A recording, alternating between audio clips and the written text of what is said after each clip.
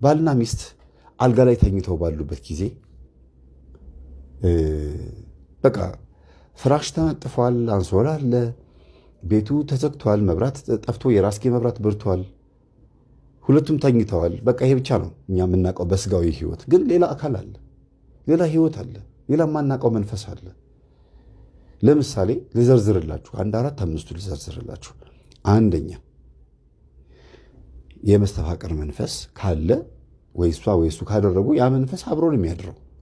ሁለተኛ የአይነ ጥላ መንፈስ እሷ እንዳታገባ የሚከላከል ወይም እሱ እንዳያገባ የሚከላከል ካለ አብሯቸውን የሚያድረው ምን ለማድረግ? ስንፈተ ወሲብ ለመፍጠር፣ የእሷን ስጋ አስተኝቶ የእሱን ስጋ ማነቃቃት፣ ወይ የእሷን ስጋ አነቃቅቶ የእሱን ስጋ ማስተኛት። ሶስተኛ በዛ ቤት ውስጥ የሚገባው የሁለቱን መጋባት የማይፈልግ የሌላ ሰው ምቀኛ መንፈስ ካለ እዛ ቤት አለ። አስማንዲዮስ የሚባል መንፈስ አለ፣ በባልና በሚስት መካከል የሚተኛ መጽሐፈ ጦቢት ላይ አለ። እንደገና ደግሞ ሌላው በመኝታ ጊዜ የሚረብሽ የመተት መንፈስ ደግሞ አለ። ሰላማቸውን አሳጣቸው፣ አጣላቸው፣ አፋጃቸው ተብሎ እኛ ስንተኛ ቁጭ ብሎ ያሴራል።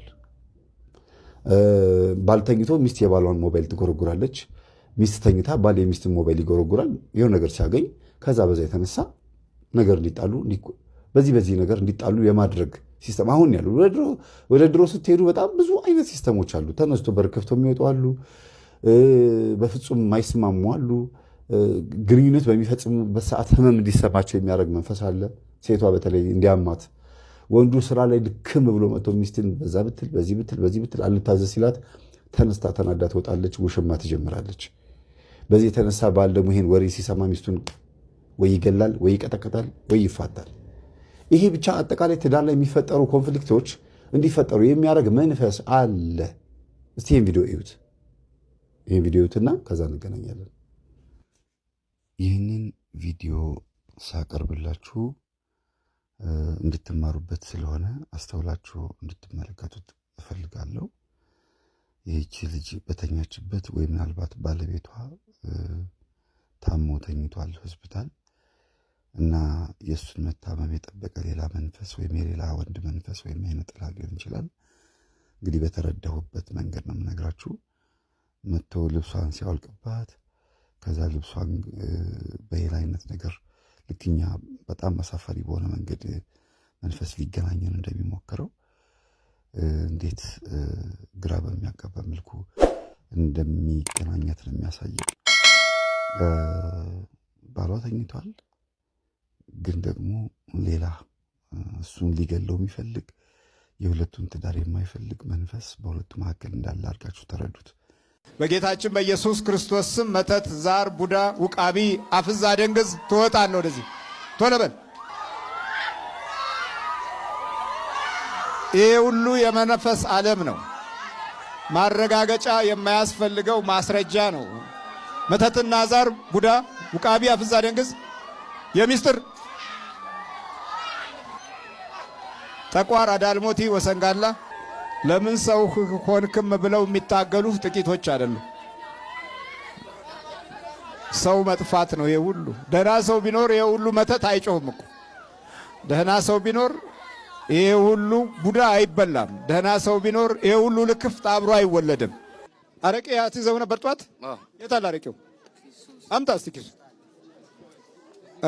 አምጣ። ይሄ አረቄ ነው። አረቄ እንደ ጠበል አረቄ አይንቀሳቀስም። ያለ አረቄ አይንቀሳቀስም። ወደዚህ እንዲመጣልን ብለን ይዘንለት መጣን። ወደዚህ እንትን ጉቦ በለው። ከየት ነው የኛው ደግሞ? ከምን ውስጥ ነው? እዛ ተቀምጦ የነበረ አረቄው ያበሻ ነው። ጅን አለ። ይሄ ደግሞ ምንድን ነው የሚባለው? ብቻ 3 አይነት ነው። 3 አይነት ካላ ነው። ይሄ ጅን ነው። ይሄ ብራንዲ፣ ይሄ ጅን፣ ይሄ ካቲካ፣ ያበሻ። በቃ ምን ቀረኩ? ታጠጣዋለህ? እንዴት ነው የምታጠጣው? 1 ሊትር ጠጣለሁ በቀን። 1 ሊትር ሙሉ አታሰክረውም ነው? ይሰክራል? አልሰክርም። አይሰክርም። 1 ሊትር ጠጥቶ አይሰክርም። እንዴት ነው የማታሰክረው? 1 ሊትር ጠጥቶ አዋርደውኛል። ጅቡቲ ደም እየጠጣሁ ይረገጠልኝ በመኪናው። እሺ ሹፌር ነበረ። በመኪናው ነው የረገጠው? አዎ። እሺ አዋርዶኛል። እና ስለረገጠ ነው የገባበት? አዎ። እና አሁን ትጠጣዋለህ? ቅጣት ነው የቀጣሁት። ቅጣት። ስንት ዓመት ቀጣኸው? 3 ዓመት። 3 ዓመት ቀጣኸው? አዎ።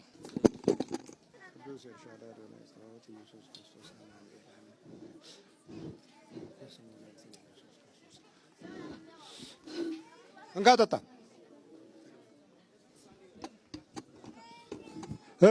ቆይ እንካ ቃቡን ግብት ቀና በላ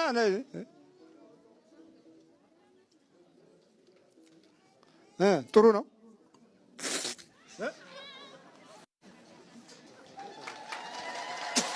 ምን አምጣ ከዛኛውም እንዴ ልጠጣ አይደል እንዴ ያዝከው?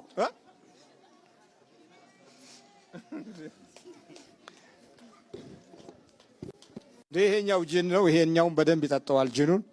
አሁን ይጠጣል። ቅዱስ ኤልሻዳይ አዶናይ ጸባኦት ኢየሱስ ክርስቶስ አማኑኤል በድንግል ማርያም ስም በቅዱስ ዑራኤል ስም በቃ ጠጣ። ዋጥ እንዳትጠባ ዋጥ እኮ እንዴ ይጠፋል እንዴ?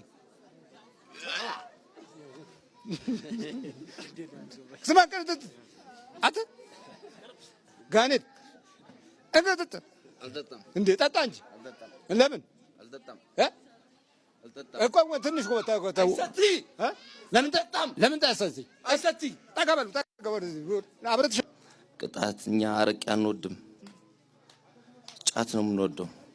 ስንት ናችሁ? 28። ጫት የምትወዱት የትኛው ናችሁ? አረቄ የምትወዱት የትኛው ነው? 20ችን ጫት እንወዳለን። 20ችሁ ጫት ትወዳላችሁ። 8ታችሁስ? መጠጥ። አዎ 8ታችሁ መጠጥ። ተጋርተውታል ማለት ነው። በጋራ ነው በቃ።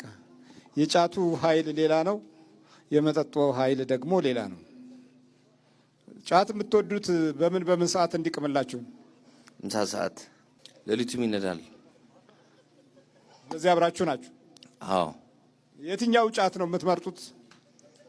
ያገኘ ነው። ማንኛው? የድሬዳዋ ይሻላል። እሱን ትወዳላችሁ? እሱ መቃም ይፈልጋል ወይስ እናንተ ናችሁ የምታስቀሙት? በፊት ሲቅም ነበር። ከዛስ? አሁን እየተቀጣ ነው በመጠጥ እየቀጣ ነው። አሁን በመጠጥ ነው የምትቀጡት? ምን ያህል ታስጠጡታላችሁ? 1 ሊትር ከዛ በላይ። ከ1 ሊትር በላይ? ምን አይነት መጠጥ? ጅን 1 ሊትር ጅን በሙሉ? እሱ ነው የሚጠጣው? እናንተ ናችሁ የምትጠጡት? አብረን ነው የምንጠጣው።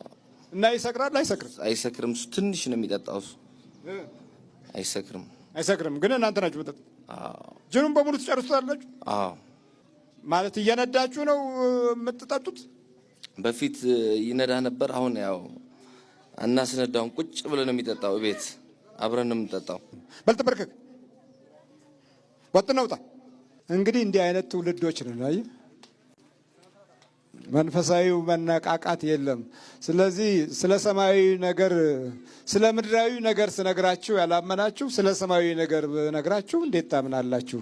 ስለዚህ አትቀበሉትም ያለው እኮ እንደዚህ በቃ ይሄ እኮ ነው። በቃ ትላንት ተይዞለታል። እሱም ገና መንፈሳዊ አይደለም። እሱም ገና ምንም እምነት የሚባለው ኃይል ላይ የለም። ይሄም ማየት ያለብን ብዙዎቹ ዘንድ ያለው ባህሪ እንደዚህ ነው ማለት ነው። እንደዚህ ማለት በሰይጣን አመሎቻችንና ሱሶቻችን ይበልጡብናል። የሚበልጠው ነገር ላይ ህይወታችን ያለው እዛው አመላችን ውስጥ ነው፣ እዛው ሱሳችን ውስጥ ነው። እና የእግዚአብሔር ምሕረት እንኳ ቢቀርበንም ሱሳችን ያሸንፈናል። ሱሳቸው አሸንፏቸው መንፈሱ ተይዞላቸው አንዳንዶቹም መንፈሱ ወጥቶላቸው የሞቱ አሉ። ሱሳቸው አሸንፏቸው። ይሄ ማለት ምንድን ነው? ከሰይጣን ጋር የተስማማ ተፈጥሮ አለን ማለት ነው። ለጥፋቱ የሚመች መንገድ ላይ ለመቆም እድላችን እና ሀሳባችን ከጥፋቱ ጋር ይስማማል። በግድ ነው። በቃ በግድ መዳን በግድ ነው። አሁን ትሄዳላችሁ አትሄዱም? ለቀው ትሄዳላት እሄዳለሁ። ምን ያህል አስጠጥቶታል ነው? ቀመስ ነው እንዴ? ሁሉንም ጨርሶታል።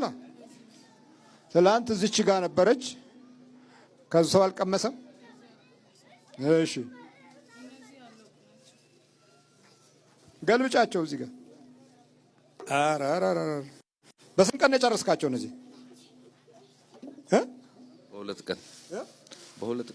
በሁለት ቀን አረቄውን ጨምሮ። ትላንት አረቄ ይዞ ነው የመጣው በኪሱ። እነዚህ ሶስቱ ሙሉ ሆነው ይሁን ጎደለው ነገሩ እዚህ ጎደለውን ያገኘ ነው ሳይሞላ አይቀርም። ግን ያው በዚህ የሚንቀሳቀስ ህይወት ነው። በዚህ የተጎለተና የታሰረ ህይወት ነው። በመጠጥ እስር ቤት የገባ ነው። በመጠጥ እስር ቤት መጠጥም በመጠጣት የታሰረ ነው ማለት ነው።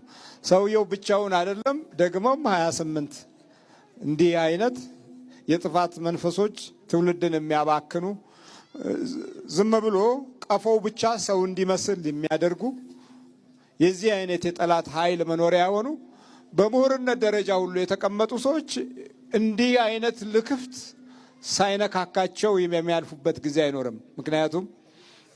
ምክንያቱም የእምነትን ኃይል ተቃውሞ በጎ ሆኖ መገኘት አይቻልም። የእምነትን መንፈሳዊ ጉዞ ጠልቶ እግዚአብሔርን አላምንም ብሎ ሰላማዊ ሰው ሆኖ መኖር የማይቻል ነገር ነው። በጥኑጣ አብለውጣ ሰካራም አጋንንት ነው። ሰካራም ሰይጣን አጋንንት። እሺ ጫት የምትቅመው አጋንንት ነው ሰይጣን? አንድ ላይ ነው። አጋንንት ነው። አጋንንት ነን አንድ ላይ። ስንት ናችሁ? 28 መተት አለ? የለም መተት የለም። ዝም ብለህ በመጠጥና በጫት የገባ ነህ? አስቸግሮናል። ጅቡቲ እየሰራ በደም ነው የገባኸው? ተዘጋጅ። በኢየሱስ ክርስቶስ ስም በስላሴ ስም በወላዲተ አምላክ ስም በቅዱስ ሚካኤል ስም በቅዱስ ገብርኤል ስም ወደ ሲኦል እንገባለን። ቶሎ ሰፈትጩ ነው ሰፈት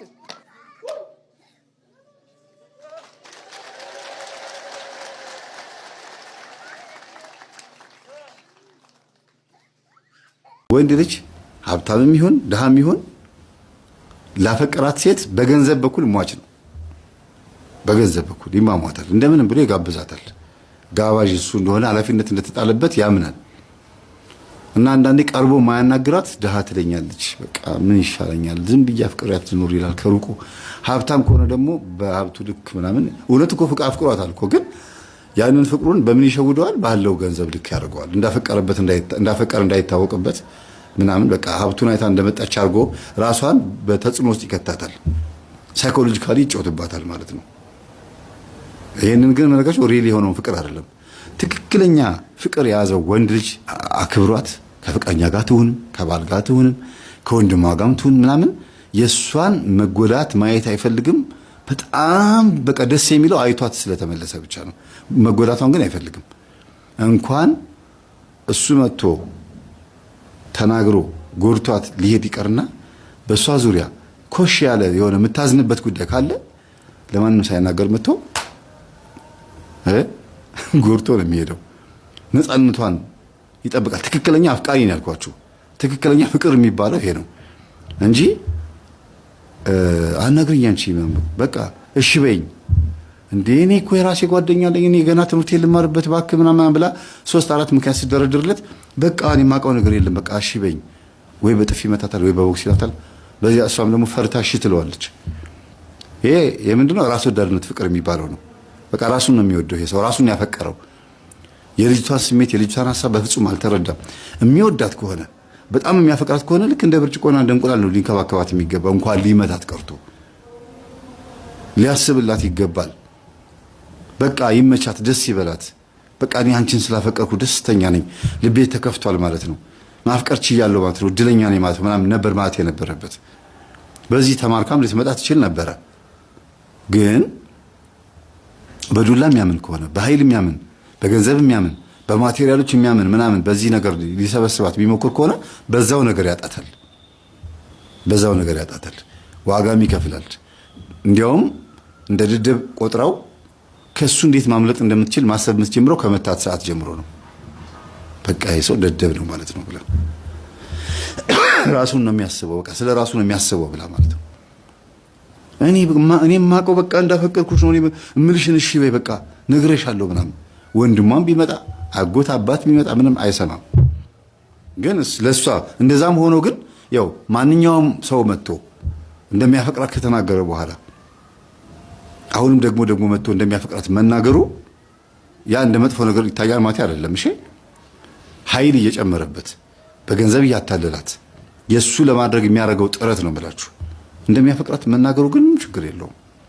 በቃ እንዲያውም የልቡ ንግስት አድርጎ ማስቀመጠው። አላያችሁም? ቬሮኒካን ያፈቀራት እግረኛው ሚዲያ ላይ እንዴት እንደሚናገር ቬሮኒካን ወዳታለሁ አለ። ግጥምና ዜማ ጻፈላት፣ ዘፈነላት አይደል እንዴ? ከዛስ በቃ ፍቅሩን እየገለጸ ነው ያለው ይሄ ሰው በገባው መጠን ልክ ማለት ነው። እና ምን አለ? ካጠገቧ ባልለይ ደስ ይለኛል፣ ካጠገቧ ባልለይ ደስ ይለኛል። ከዛ ሲሉ ጊዜ በቃ በሄደችበት በምትሰራበት ቦታ ሁሉ እኮ እሷ ፍቅረኛ ሊኖራት ይችላል፣ ጓደኛ ሊኖራት ይችላል። እና እኔ ለአንተ አልሆንም ብትልህ ሲባል ጊዜ እኔ እሱን አይመለከተኝ ማውቀው ነገር የለም ማለት ስለሱ ማውቀው ነገር የለም ያለው ማለት ትክክለኛ ፍቅር ነው ያዘው ማለት ሳይሆን አንዳንድ ጊዜ ዓለማውያን ሰዎች ላይም እንደዚህ ነገር አይጠፋም። የልጅቷን መጎዳት ያፈቀራትን ሴት ማዘንና መከፋት ማየት የማይፈልግ ፍቅር ደግሞ አለ። እና አንዳንድ ጊዜ ከባድ ነውና እቺ ልጅ እንደዛ ነው ያደረገችው። ፍቅር መጽሐፍ ቅዱሳዊ ሲሆን መንፈሳዊ ሲሆን ምን ይሆናል? እንጸልይ፣ ንስሐ እንግባ፣ እናስቀድስ፣ እንጾም፣ እንጸልይ ከሚለው ጎን ለጎን ለልጁ መጸለይ ለዛ ለምታፈቅረው ሰው ወይም ለምታፈቅራት ሴት በቃ በማከራችን የሚያከዳዳና የሚያስተዳድብ መንፈስ እንዳይኖር፣ የሚያጣላን ነገር እንዳይኖር፣ እውነት በመካከላችን ባይኖር እንኳን ወደ እውነት አምጣው ይባላል። አንዳንዴ ልቧን አራርተህ ንስሐ አስገብተህ የኔ አርጋት የሚባል ነገር አለ፣ ወይም የኔ አርገው የሚባል ነገር አለ።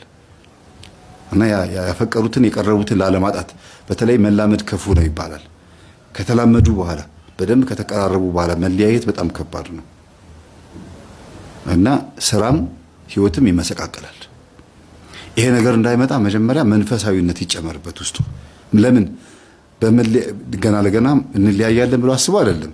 ግን ችግር ሲመጣ መጽናኛ የሚሆነው የእግዚአብሔር ቃል ስለሆነ ነው መንፈሳዊነት የሚቀላቀልበት። ዓለማዊ ፍቅር ብዙ ጊዜ በረኪና ያስጠጣል። ሌላ ሴት ጋር እልህ ይዟቸው የገዛ ጓደኛዋን ፍቅረኛ አድርጎ ይዛል፣ የገዛ ጓደኛውን ፍቅረኛ አድርጋ ትይዛለች ወይ ታገባው ትችላለች። እና አንዳንዴ ይሄ የፉክክር ምናምን ይሆናል ማለት ነው።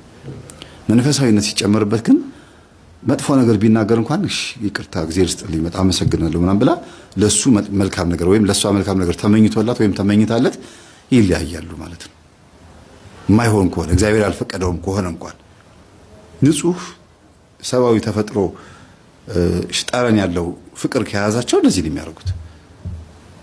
በምንም ነገር ያልተደገፈ ጥቅማ ጥቅምና ገንዘብ ወይም ዝምድናና ብሔር የሆነ ነገር ጎጥ ያልተቀላቀለበት ከሆነ ያ ፍቅር እና ግን የማይቀጥል መስሎ ከተሰማቸው በሁኔታዎች ማለት ነው ሲለያዩ በሚገርም ሁኔታ ነው የሚለያዩት። በአገልግሎትም ሲገናኙ ሰላም ይባባላሉ። በየትኛውም አይነት መንገድ አይከዳዱም ማለት ነው። እንዲያውም የበለጠ በወንድምነት የሚካሄደው ነገር ነው የበለጠ ጥሩ የሚሆነው ማለት ነው። እና እግዚአብሔር በልባችን ውስጥ ያለውን ንጹህ ፍቅር ይጠብቅልን። ጠባቂ መላእክቶቻችንም በውስጣችን ያለውን ንጹህ ለሰው ያለንም ሆነ ለምንወደው ሰው ያለንን ፍቅር ይጠብቅልን። ንጹህ ፍቅር የሚባለው ወንድምነትና እህትነትን አለማጠፋፋት ማለት ነው። ፈጽሞ ስታርጎ መተው ባይቻልም በላይሽ ላይ ቺት አርጎብሽ ከሆነ ወይም በላይሽ ላይ ቺት አርጋብህ ከሆነ ወይም አመንተን ማግጣብህ ማለት ነው አማርኛው የማገጠችብህ ከሆነ ወይም የማገጠብሽ ከሆነ እና አንቺ ግን አሁን ያለሽው ቤተክርስቲያን ውስጥ ከሆነ ታዝኝለታለሽ። ተወዶ አይደለም ነው የምትይው፣ ተይዞ ነው የምትይው። እየጠጣም እየሰከረም አስቸግሮሽ የተለያያችሁ ከሆናችሁ በከባልሽ ጋር ከልጆችሽ አባት ጋር ተለያይተሽም ከሆነ አንቺ መንፈሳዊ ከሆንሽ ወይም አንተ መንፈሳዊ ከሆንክ ታዝኝለታለሽ እንጂ እልህ ይዞሽ ቆይ እሱንማ ምናምን አትይም። በመካከል ሶስተኛ ጉልቻ አለ እግዚአብሔር። ድስት የሚቀመጠው በሶስት ጉልቻ ነው። እግዚአብሔር ካለ ድስቱ አይደፋም። መልሶ የመታረቅ እድል ሊኖር ይችላል። በሶስት የተገመደ ገመድ አይበጠስም ይላል ጠቢቡ ሰለሞን ሲናገር። አንዱ እግዚአብሔር ነው፣ ሁለቱ ገመድ ባልና ሚስት ናቸው። አንዳንድ አባቶች ደግሞ ሶስተኛው ገመድ ልጅ ነው ይላሉ። ከወለዱ አይለያዩም ይባላል። እግዚአብሔር በልጅ መውለድ በኩል ገብቶ ትዳር እንዳይበተን ያደርጋል ይባላል። ይሄን ይመስላል። ሰላም ሁኑ። ግን ጻፉ፣ ኮሜንት ጻፉ።